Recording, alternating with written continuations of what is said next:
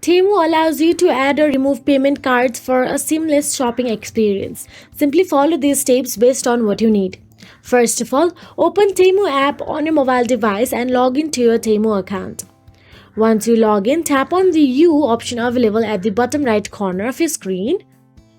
Inside you, tap on the settings icon at the top right corner again and navigate to the settings. Now here, tap on your payment method or payment information option available.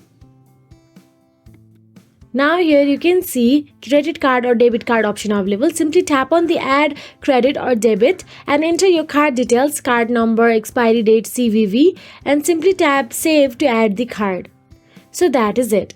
You must have at least one payment method if you want to remove your primary card, and if you have ongoing order, you cannot remove the card until the order is complete. So that is it. If you found this video helpful, please like, share and subscribe, and thank you so much for watching.